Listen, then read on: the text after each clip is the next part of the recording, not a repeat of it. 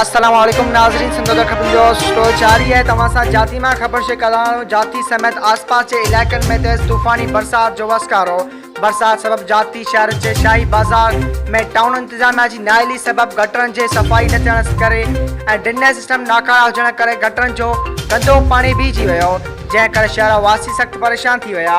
जै तरफ बरसात का बिजली जो निज़ाम धरम भरम जाती समेत आसपास के केतरनि गोठन की बिजली बंद रहवासी सख्त परेशान।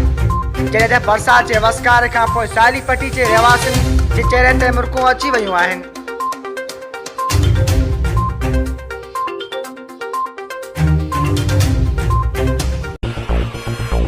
वधिक ख़बरूं ॾिसण लाइ विज़िट कंदा असांजी वेबसाइट www.sindhajratnews.com।